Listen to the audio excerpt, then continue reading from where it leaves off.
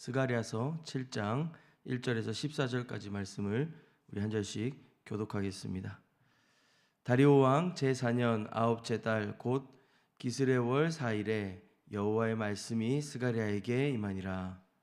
그때 베델 사람이 사레셀과 레겜멜렉과 그의 부하들을 보내어 여호와께 은혜를 구하고 만군의 여호와의 전에 있는 제사장들과 선지자들에게 물어 이르되 내가 여러 해 동안 행한 대로 5월 중에 울며 근신하리이까 하매 만군의 여호와의 말씀이 내게 임하여 이르시되 온 땅의 백성과 제사장들에게 이르라.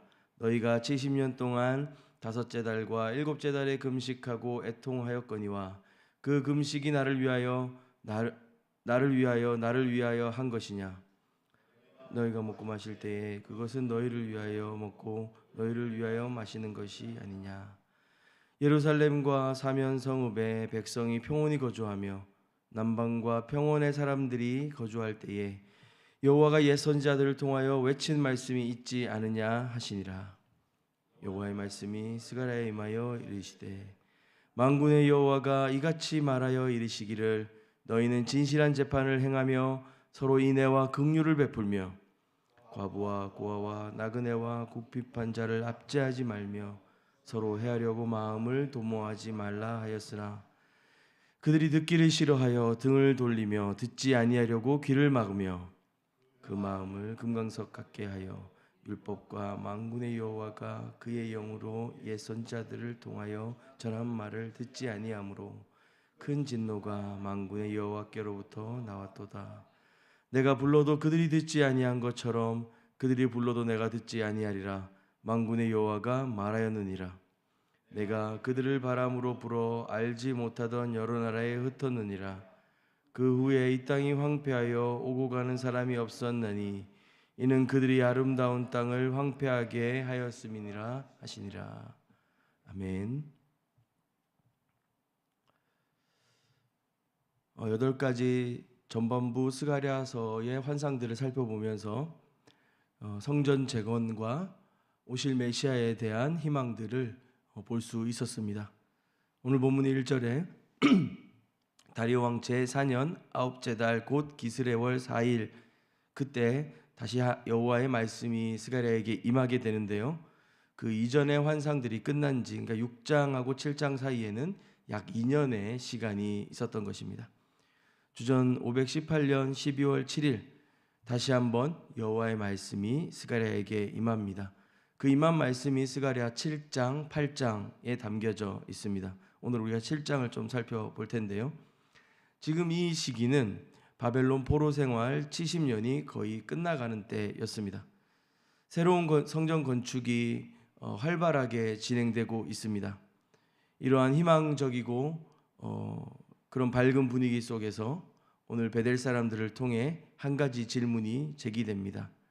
2절, 3절에 보면 그때에 베델에서 온 사람들이 예루살렘의 제사장과 선지자들에게 묻습니다. 우리가 여러 해 동안 5월의 금식과 애통, 우리가 여러 해 동안 해왔던 5월의 금식과 애통을 계속해야 합니까? 라고 묻습니다. 이때 베델에서 온 사람들의 이름이 사레셀, 레겜멜렉인데요. 이 이름은 메소포타미아, 그러니까 바벨론, 페르시아 지역의 스타일의 이름이라고 합니다. 그러니까 이들은 바벨론으로 끌려갔던 북이스라엘 백성들을 대표하는 것이라고 볼 수 있겠습니다.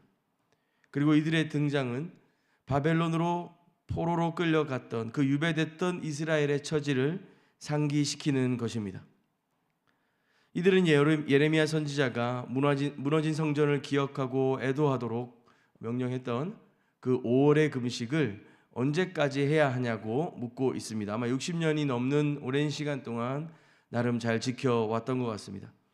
이제 예레미야의 예언을 기반으로 포로 생활 70년의 종결이 임박한 것 같습니다. 성전도 지어지고 있고 많은 것들이 그 약속대로 되어져 가고 있는 것 같습니다. 그리고 스가랴에게 주셨던 성전 재건과 메시아에 대한 말씀, 그것과 연결지어 생각해 본다면 지금 이 베델 사람들은 단순히 종교적 의식만을 묻고 있는 것이 아니라 이제 희망의 시대가 되는 것 같은데 우리가 여전히 과거의 슬픔에 매여 있는 것이 맞을까요? 라고 묻는 것일지도 모르겠습니다. 성전 건축이 활발한 그 시점에 이제 과거의 슬픔을 잊고 새로운 출발을 준비해야 할까요? 베델 사람들도 그렇게 고민하며 질문했던 것 같습니다. 우리 이제 금식 그만해도 되지 않나요? 성전도 얼추 지어지고 예언대로 우리 포로기도 끝나가는데 라고 하는 이 질문을 하나님은 조금 더 확장시키셔서 지금 너희가 왜 그런 애도와 금식과 그 유배의 시기와 포로기가 필요했었는지를 기억하기를 원하시는 것 같습니다. 이때 스가랴를 통해 하나님의 말씀이 주어집니다. 5절입니다. 온 땅의 백성과 제사장들에게 이르라 너희가 70년 동안 다섯째 달과 일곱째 달에 금식하고 애통하였거니와 그 금식이 나를 위하여 한 것이냐? 너희가 먹고 마실 때에 그것은 너희를 위하여 먹고 너희를 위하여 마시는 것이 아니냐? 하나님은 지난 60년이 넘는 시간 동안 이 다섯째 달, 일곱째 달에 행했던 그들의 금식이 과연 나를 위하여 행한 것이냐라고 물으십니다. 그리고 이어서 7절에 예루살렘과 그 주변 성읍들의 백성들이 평화롭게 살고 있을 때를 다시 한번 언급하시며, 그러니까 과거에 이스라엘 백성들이 평온하게 거주했고 풍요를 누렸음에도 그때에도 옛 선지자들의 경고를 무시했었다라고 말씀하시는 겁니다. 이 강조점은 지금 너희의 심판과 포로 생활이 무엇으로부터 기인했는가를 기억하게 하시는 것이죠. 너희가 그런 애도와 금식이 필요 없었던 평온한 그때 그 하나님의 경고에 너희가 듣지 않았다라고 말씀하시는 겁니다. 이스라엘이 물질적 풍요와 평화를 누리던 그때 하나님의 말씀을 순종하지 않았다. 기억하니 얘들아? 라고 말씀하시는 거죠. 그간 너희의 금식이 진정으로 나를 향한 통회와 회개의 표현이었는지 아니면 그저 너희들을 위한 종교의식에 불과했는지를 또한 묻고 계십니다. 그들의 먹고 마시는 행위가 자신들을 위한 것이듯 그 금식 역시 그 자신들의 과거와 죄를 덮으려는 형식적인 행위는 아니었는가? 그들의 겉모습들과 그 중심들을 동시에 폭로하시며 지적하고 계십니다. 8절에 다시 또 하나님의 말씀이 임합니다. 9절 10절이 그 내용인데요. 만군의 여호와가 이같이 말하여 이르시기를 너희는 진실한 재판을 행하며 서로 인애와 긍휼을 베풀며 과부와 고아와 나그네와 궁핍한 자를 압제하지 말며 서로 해하려고 마음을 도모하지 말라. 그 옛 선지자들에게 주셨던 말씀이 무엇이었는지를 지금 구체적으로 밝히고 계십니다.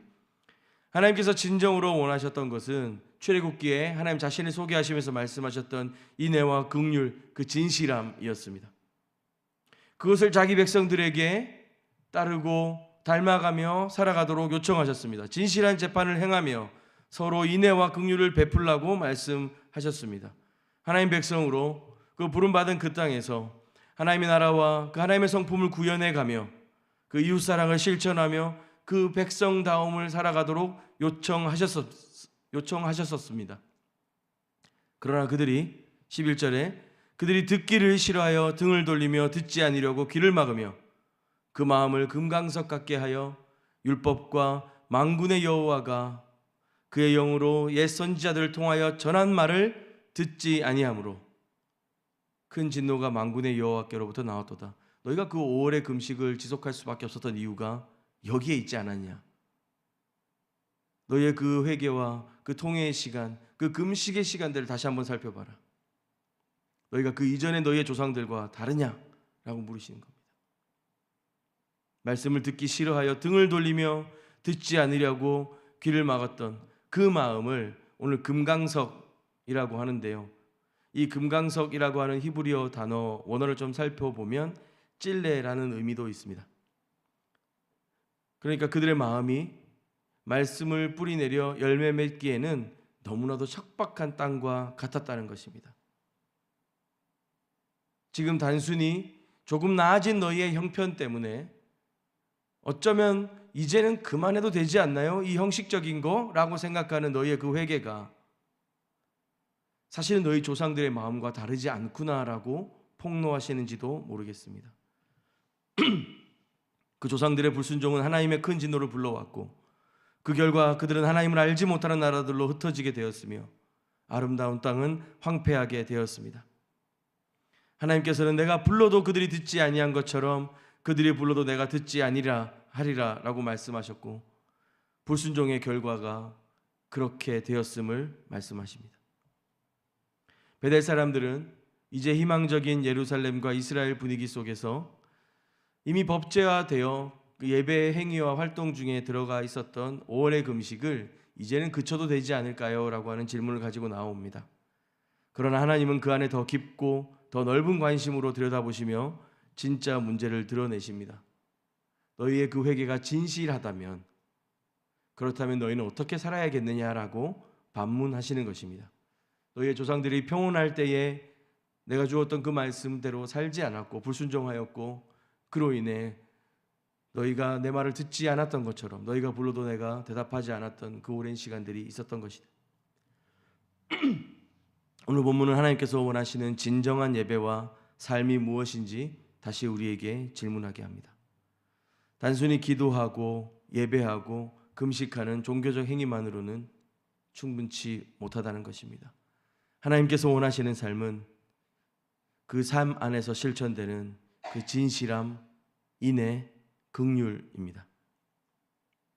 우리가 이 땅을 살아가면서 그 하나님의 성품을 나타내는 것, 진실하고 거룩하시며 구별되신 그 하나님을 따라 이 땅과 동화되지 않고 세상의 방식과 세상의 구부러진 정의들을 우리가 불편하게 여기며 도리어 그곳 가운데 하나님의 정의와 하나님의 공의를 세워가는 저와 여러분이 되어야겠습니다. 또한 그곳 가운데 상처받고 깨어지고 무너져 있고 열심히 살아보려 하지만 출발점조차 땅에 닿지 못하는 자들을 위하여 인애와 긍휼을 베풀고 우리와 관계한 모든 형제자매들과 이웃들에게 그 사랑과 따뜻한 마음들을 나누는 것, 주님이 우리에게 부르시는, 요청하시는 참 삶의 예배인 것입니다.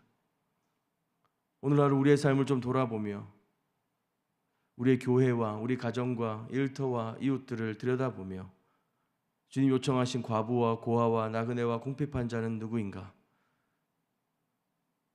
그 깨어지고 망가진 세상 한가운데에서 하나님의 정의와 그 거룩을 노래하며 그 사랑의 모양과 색깔과 향기를 뿜어내는 저와 여러분이 되었으면 좋겠습니다. 그 걸음걸음으로 삶의 예배를 통하여 온 땅에 하나님 불러주신 그 은혜를 흘려보내는 저와 여러분이 되었으면 좋겠습니다. 함께 기도하겠습니다. 주님, 우리의 금식과 예배가 주님을 위한 것이 아니라 나를 위한 형식적이고 의식적인 것들이 되지 않게 하여 주시옵소서. 금광석 같고 찔레 같은 내 마음을 깨뜨려 주시고 주의 말씀에 귀 기울이며 주의 말씀이 심기어지고 뿌리 내리고 자라고 열매 맺는 부드러운 마음 되게 하여 주시옵소서. 오늘 하루 주님의 말씀 가운데 진실함과 인애와 긍휼을 따라 그것을 누리며 나누며 베푸는 자 되게 하여 주시고 우리의 모든 삶이 주님 기뻐하시는 예배 되게 하여 주시옵소서. 예수님의 이름으로 기도합니다. 아멘. 우리 함께 두 가지 기도할 텐데요. 먼저는 개인과 가정을 위해서 좀 기도하겠습니다. 오늘 하루 우리가 만나는 모든 사람에게 하나님의 그 인자하심과 그 사랑과 너그러움과 그 흘려보내는 긍휼과 자비가 있게 하여 주시고, 특별히 어려운 시기를 통과하고 있는 가족이나 이웃들, 교회 가족들이 있다면 그들을 향한 긍휼한 마음을 허락하시도록 기도했으면 좋겠습니다. 또한 우리 가정이 형식적인 종교 생활을 넘어서 삶을 다하여 하나님을 예배하는 그런 가정 될 수 있도록 기도하면 좋겠습니다. 또 이어서 기도할 때 교회와 또 다음 세대들을 위해서 좀 기도해 주시면 좋겠는데요.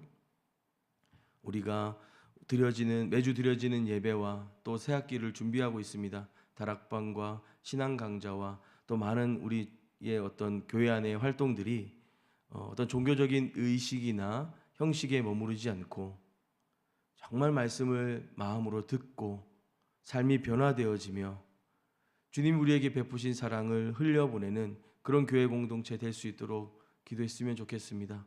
또한 내일 모레 출발하게 되는 청년부 국내 선교를 위해서 중보해 주시고 밟는 모든 땅 가운데 그 하나님의 진실함과 인애와 긍휼이 흘러가는 그런 은혜의 통로로 청년부 쓰임 받을 수 있도록 그 땅에 하나님 나라의 복음들이 선포되어질 수 있도록 그렇게 중보해 주신 후에 개인의 기도로 더 깊이 주님 앞에 나아가도록 하겠습니다. 함께 기도하겠습니다.